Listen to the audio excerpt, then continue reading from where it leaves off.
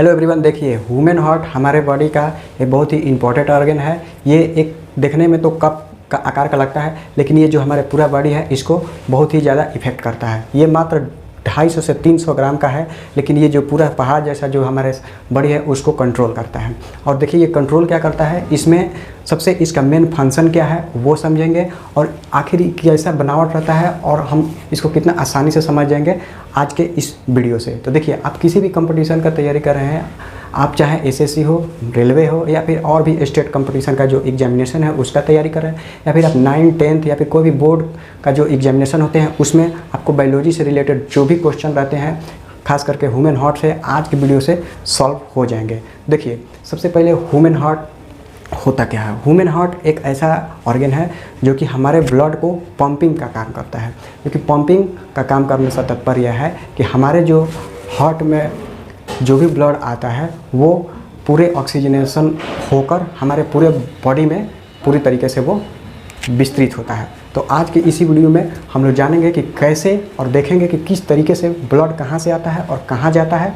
बस आपको इस वीडियो से आपको देखने को मिल जाएगा, और आज के बाद से आपको जो ह्यूमन हार्ट है उससे रिलेटेड आपको कोई भी कितना भी कॉम्प्लिकेटेड क्वेश्चन हो, इससे बाहर हो ही नहीं सकता है। देखिए, सबसे पहले ह्यूमन हार्ट का जो बनावट होता है वो कितना तरह से होता है। ह्यूमन हार्ट में 4 चेंबर होते हैं, जो कि एक होता है ऑट्रियम और एक होता है वेंट्रिकल। और ऑट्रियम और वेंट्रिकल में जो ऑट्रियम होता है उसमें एक लेफ्ट ऑट्रियम और राइट ऑट्रियम, और उसी तरीके से एक लेफ्ट वेंट्रिकल और एक राइट वेंट्रिकल। कहने का मतलब ये है कि आप जैसे कि इसको देख सकते हैं, इसमें कितने खंदा है, 4। तो 1 2 3 4, ये हुआ 4 चेंबर, जिसमें इसका होता है लेफ्ट राइट।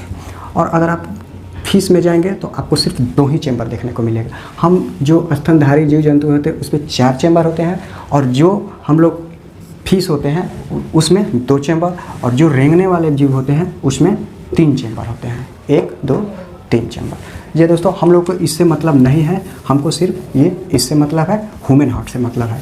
देखिए, ह्यूमन हार्ट का जो यहाँ पर आप देख सकते हैं चित्र है, इसमें कहने का तो सिर्फ 2 चेंबर दिख रहा है, लेकिन इसमें 4 चेंबर होते हैं। देखिए, लेफ्ट ऑट्रियम, लेफ्ट वेंट्रिकल, यहाँ पर right atrium, left atrium, right ventricle और लेफ्ट वेंट्रिकल। देखिए, सबसे पहले ब्लड कहाँ से आता है, कैसा ब्लड आता है, क्या ज़रूरत रहता है, आखिर ये जो पंपिंग का कौन ऐसा काम है, किस ब्लड को पंपिंग होता है, किस ब्लड का पंपिंग नहीं होता है, कहाँ से आता है शरीर में, हमारे ब्लड कहाँ से बनता है और कहाँ पर जाके ये ख़त्म होता है। तो देखिए, सबसे पहले ह्यूमन हार्ट के बारे में पढ़ने से पहले आप देख सकते हैं इसका स्टडी किसके अंडर आता है। स्टडी ऑफ ह्यूमन हार्ट आता है cardiology. Study of human heart क्या बोलते हैं, कार्डियोलॉजी। अब कार्डियोलॉजी तो आप समझ गए हैं, इसका वेट कितना होता है, WIGHT होता है आपको 250 से 300, या फिर नॉर्मली 300 ग्राम का होता है। ठीक है, ये रहा इसका वेट। और अब देखिए स्टडी, देखिए कार्डियोलॉजी। देखिए, सबसे पहले जो हमारे ह्यूमन हार्ट में जो ब्लड डीऑक्सीजनेटेड कहने का तात्पर्य कि आपको CO2 वाला ब्लड, जो कि हमारे शरीर के लिए हानिकारक है, ठीक है ना। तो इसके लिए ये पंपिंग करने के लिए ये कहाँ से ऑक्सीजन लाएगा। देखिए, सबसे पहले इस जगह से आपको ब्लड का एंट्री होगा। पूरे शरीर में तो ब्लड ही ब्लड रहता है, लेकिन जब हार्ट में इंटर करता है तो सबसे पहले यहाँ से, तो इसको हम लोग बोलते हैं वेना कावा। ठीक है, इसको हम लोग बोलते हैं वेना कावा से ये एंट्री करते हैं। देखिए, ये बगल इसी साइड से नहीं, आप देखिए तो आप ऊपर से भी ब्लड आता है, जो कि ये माउथ और ये गर्दन का जो ब्लड है वो जो ऑक्सीजनेटेड होने के लिए आता है कहाँ से, तो उसको बोलते हैं सुपेरियर वेना कावा। ठीक है, सुपेरियर वेना कावा जो ऊपर से आता है। और एक जगह और है, हमारा जो एब्डोमेन है, एब्डोमेन के नीचे से ये ब्लड आता है, तो इसको बोलते हैं इन्फीरियर वेना कावा। कहने का तात्पर्य ये है कि आपको बस सिर्फ वेना कावा याद रखना है। वेना कावा से ब्लड इंटर करता है, इन्फीरियर से कहने का नीचे से, और सुपेरियर का कहने से तो ऊपर से ब्लड आता है। और कहाँ जाता है सबसे पहले, वो चारों चेंबर में। तो सबसे पहले किस चेंबर में जाता है ब्लड, वेना कावा से एंट्री होगा तो वो सीधे जाएगा राइट ऑट्रियम। इसको कहीं कहीं RA शॉर्ट फॉर्म में भी बोला जाता है। और RA से जब ये घुसेगा, जब राइट ऑट्रियम में ये जब ब्लड इंटर करेगा तो वो यहाँ पर एक फेस करेगा, यहाँ पर, ये इसको बोलते हैं वाल्व। ये दोस्तों इसको हम, इस वाल्व को कौन सा वाल्व बोलते हैं? Tricuspid valve. जब ये ट्राइकस्पिड वाल्व का इसमें यहाँ पर क्या काम है, देखिए यही जो वाल्व है इसी के कारण हम लोग को हार्ट अटैक आता है, और इसी के कारण हमारा ब्लड प्रेशर कम होता है, और इसी के कारण हमारा ब्लड प्रेशर बढ़ता है। तो देखिए सब टोटल एक ही, जैसे चित्र के बनावटी से आप समझ जाएंगे कि कहाँ हम लोग को ये जो बीपी बढ़ता है, घटता है, और कैसे हार्ट अटैक होता है। देखिए उसके बाद जब राइट आर्टरियम में जब ये यहाँ से डीऑक्सीजनेटेड करने का मतलब कि CO2 वाला ब्लड, CO2 वाला ब्लड जब इंटर करेगा तो सीधे जाएगा राइट आर्टरियम में, राइट आर्टरियम में सीधे जाएगा तो यहाँ पर एक वाल्व होगा जिसको बोलते हैं ट्राइकस्पिड वाल्व। और फिर यहाँ से आगे जब इसमें से जब ब्लड गिर जाएगा तो ये चला जाएगा राइट वेंट्रिकल में। जब राइट वेंट्रिकल में एंट्री होगा तो ये वाला मुंह बंद हो जाएगा। अब बस देखिए एक बताओ, 1 मिनट में आपका कितना बार धड़कता है सीना? जब यहाँ पर देखिएगा तो 1 मिनट में आपको 72 बीट, और एक बीट में आपको कितना 70 ml ब्लड जो होता है पंपिंग होता है। तो 1 बीट यहाँ पर आ गया ब्लड 70 ml, तो यही कहा जाता है कि आपको 1 मिनट में आपको टोटल कितना ब्लड आता है? लगभग 5 लीटर। अब क्वेश्चन आता है और लोग पूछते भी हैं कि 5 लीटर ब्लड, ये एक छोटा सा 250 से 300 जो ये ग्राम का है ही, और 5 लीटर कैसे करता है? तो 1 मिनट में आपको 72 बीट, और 1 बीट में आपको 70 ml ब्लड आता है, और फिर यहाँ पर रोक देगा। अब जब ये बंद होगा तो अब यहाँ से आपको तो रास्ता खोजना पड़ेगा कि ये कैसे जाएगा, कहाँ जाएगा। तो देखिए जब यहाँ पर आ जाएगा तो ये बंद होगा तो ये अपना जगह खोजेगा। तो अब ये देखिए पंप होता है, ये ऊपर वाला जो चैम्बर होता है, नीचे जो ये लोअर चैम्बर होता है, यहीं नीचे से ऐसे ऐसे पंपिंग करता है, और ये स्थिर रहता है, ठीक है। जैसे दांत नीचे वाला सिर्फ ऊपर जाता है और ये आपका जबड़ा जो होता है स्थिर रहता है, उसी तरीके से।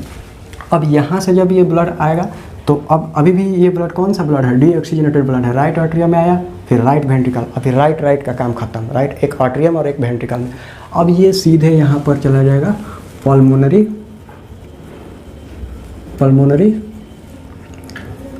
आर्टरीज में। ये जो पल्मोनरी आर्टरीज में ये होते ये कहाँ पर जाएगा? और इस वाल्व को बोलते हैं पल्मोनरी वाल्व। ये जो पल्मोनरी जब ये जो पंप है ये पल्मोनरी आर्टरीज बोलते हैं, और इसका ये वाल्व जो होता है पल्मोनरी वाल्व बोलते हैं। अब देखिए जब पल्मोनरी आर्टरीज में जब ब्लड जब वो पंप होकर गया पल्मोनरी आर्टरीज के थ्रू, तो ये सीधा यहाँ पर चला जाएगा लंग्स में। इसका बस इतना ही काम है, ठीक है। इसका क्या काम है? बस इतना ही काम है। अब वेना कावा से गया, सुपेरियर वेना कावा हो या फिर इंफेरियर वेना कावा या फिर सिर्फ सिंपल वेना कावा से सीधे कहाँ गया? राइट आर्टरियम में, राइट आर्टरियम से राइट वेंट्रिकल से सीधा पल्मोनरी आर्टरीज में, और पल्मोनरी आर्टरीज के बाद से सीधे ये चला जाएगा कहाँ पर? लंग्स में, ठीक है। अब इसका काम खत्म। डीऑक्सीजनेटेड ब्लड है वो लंग्स तक गया। और लंग्स का क्या काम है कि लंग्स जो होता है वो ऑक्सीजन मिलाएगा, और फिर ये आपको दे देगा कहाँ? हार्ट को, जो पंपिंग करेगा, और पंपिंग करके पूरे बॉडी को फैलाएगा। अब देखिए जब ये पंपिंग करेगा तो अब वो कहाँ जाएगा, ये हम लोग देखते हैं। देखिए जब ऑक्सीजन मिल गया, जब डीऑक्सीजनेटेड जो ये ब्लड है अब जो लंग्स में गया, तो लंग्स में जाकर उसमें ऑक्सीजन मिल गया। तो ऑक्सीजन मिल गया तो अब वो कहाँ जाएगा? तो अब ये दो आप नली देख रहे हैं ना, इस नली को हम बोलते हैं पल्मोनरी वेन। अब ये पल्मोनरी वेन से होकर सीधे अब कहाँ जाएगा? लेफ्ट आर्टरियम में। राइट का तो कहानी खत्म, अब लेफ्ट वाला का काम होगा। जब पल्मोनरी आर्टरी से सीधे कहाँ जाएगा? पल्मोनरी वेन से सीधे कहाँ जाएगा? लेफ्ट आर्टरियम में। और लेफ्ट आर्टरियम में भी आप देख सकते हैं मुंह नीचे की तरफ खुला है। अब यहाँ पर ब्लड आएगा, वहीं जो मैंने बोला 70 ml, अब ये सीधा आपका आएगा ये लेफ्ट वेंट्रिकल में। तो यहाँ पर भी एक वाल्व है, तो इस वाल्व को हम लोग क्या बोलते हैं? इस वाल्व को हम लोग बोलते हैं बाइकॉस्पिड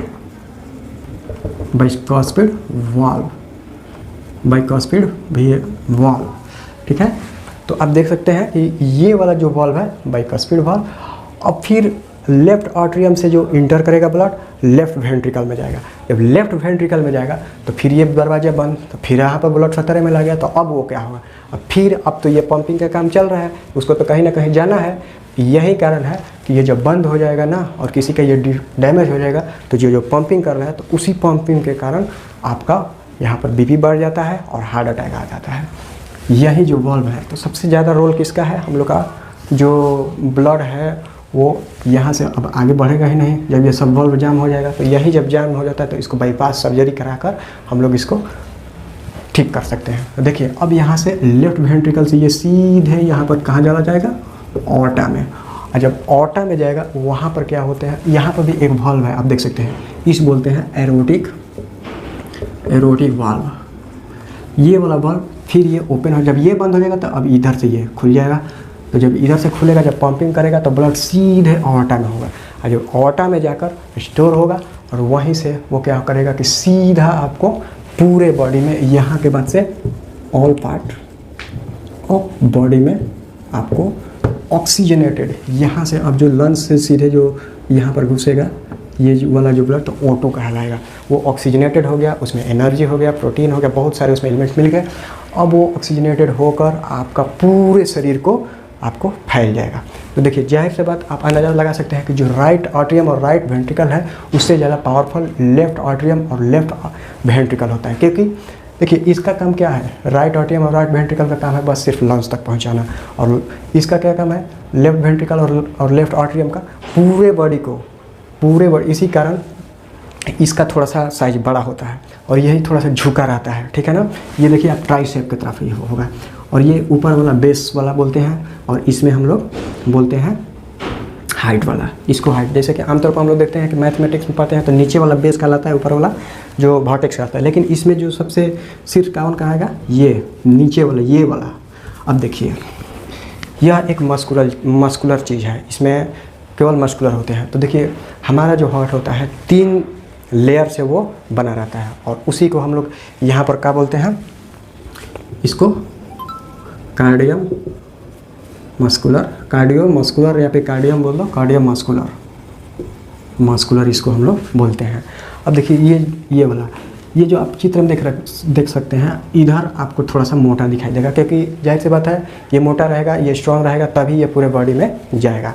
अब देखिए इसके बीच में दोनों जो एक आर्टरियम और वेंट्रिकल के बीच में यहाँ पर थोड़ा सा जगह है, इस जगह को क्या बोलते हैं, 2 हार्ट को अलग करने के लिए कौन सा चीज़ है, तो यहाँ पर इसको हम लोग बोलते हैं सेप्टम।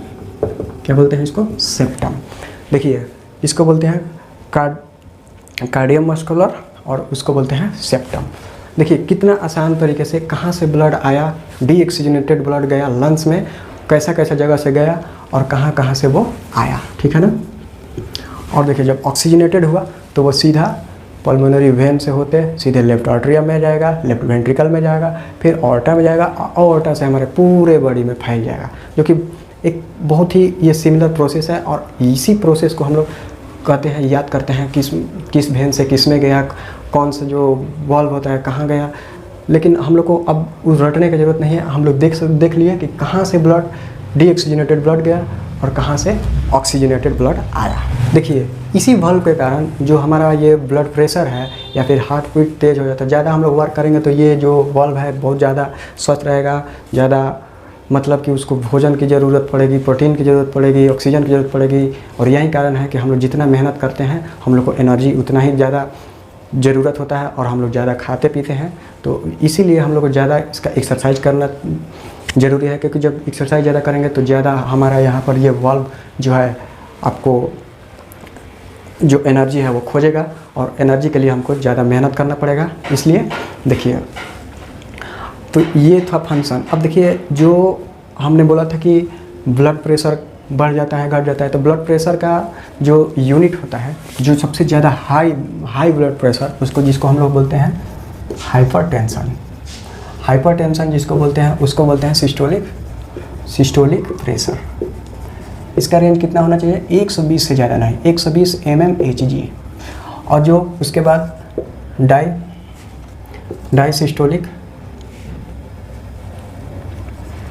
डायसिस्टोलिक प्रेशर होता है, वो 80 mm Hg होना चाहिए 80 mm। इसी तरह आमतौर से हम लोग जब बीपी का जांच कराने जाते हैं तो आप लोग देखेंगे कि 120 mm और 80 mm यही दिखाई देता है। तो 120 कौन सा है, ये जो हाई वाला है, और ये जो लो वाला है इसको हम लोग क्या बोलते हैं, सिस्टोलिक प्रेशर, और इसको बोलते हैं डायसिस्टोलिक प्रेशर। तो ये हम समझ गए। और इसमें ट्राई कॉस्पिड वाल्व और यहाँ पर बाई कॉस्पिड, बाई का मतलब कि 2, ट्राई का मतलब 3, यहाँ पर 3 तरह से ये बना रहता है वाल्व, जो कि 3 मुंह इस तरीके से खुला रहता है इसलिए, और वहाँ पर 2। आप फिगर को देखिए, और यही है हमारे हार्ट का फंक्शन। और उम्मीद करते हैं कि इस पूरी वीडियो के साथ आपको समझ में आ गया होगा कि कहाँ से ब्लड प्यूरिफाई, कैसे डीऑक्सीजनेटेड से ऑक्सीजनेटेड ब्लड आपको प्राप्त हुआ, और किस वाल्व के चलते हम लोग का बीपी बढ़ता है, और किस वाल्व के चलते हम लोग का जो हार्ट अटैक आता है और क्यों आता है। यही सब अगर आपका कम हो जाएगा, आपका जांच होगा, तो आपका ब्लड का जो सर्कुलर है वो आपको अच्छे ढंग से काम नहीं करता है, और वही हमारा कॉजेज करता है जो कि हार्ट अटैक होता है, और हार्ट अटैक होता है तो सीधे ब्रेन हैमरेज हो जाता है। तो ब्रेन हैमरेज हो जाता है यही सब वाल्व के कारण। और इस सब वाल्व को अगर आपका जाम हो जाएगा तो इस सब वाल्व के लिए हम लोग सर्जरी करते हैं, और सर्जरी को क्या बोलते हैं, बाईपास सर्जरी के द्वारा करते हैं। अब देखिए यहाँ पर एक कैथोड होता है। अब कोई भी काम हम लोग इलेक्ट्रिक काम जो करते हैं, अब जो फैन है, बल्ब है, ये सब किस तरीके से चलते हैं, कुछ ना कुछ उसमें एनर्जी प्राप्त होता है। इसी एनर्जी जो कैथोड होता है उसी के चलते हमारा ऐसे ऐसे पंपिंग का काम करता है। और जब पंपिंग का काम करता है और जब यही काम करना बंद कर देता है तो उसको हम लोग एक आर्टिफिशियल कैथोड लगा देते हैं। उस आर्टिफिशियल कैथोड को हम लोग क्या बोलते हैं, जो पेस मेकर का काम करता है जीवित करने के लिए आदमी को। ये जो प्रतिक्रिया जारी रखने के लिए हम लोग इसी कैथोड, जो ये एक करंट पैदा करता है यहाँ पर, और यही हमारा जो होता है ब्लड को पंपिंग करने में मदद करता है। तो दोस्तों ये रहा आज का हार्ट से रिलेटेड हम लोग का वीडियो। मिलते हैं एक नेक्स्ट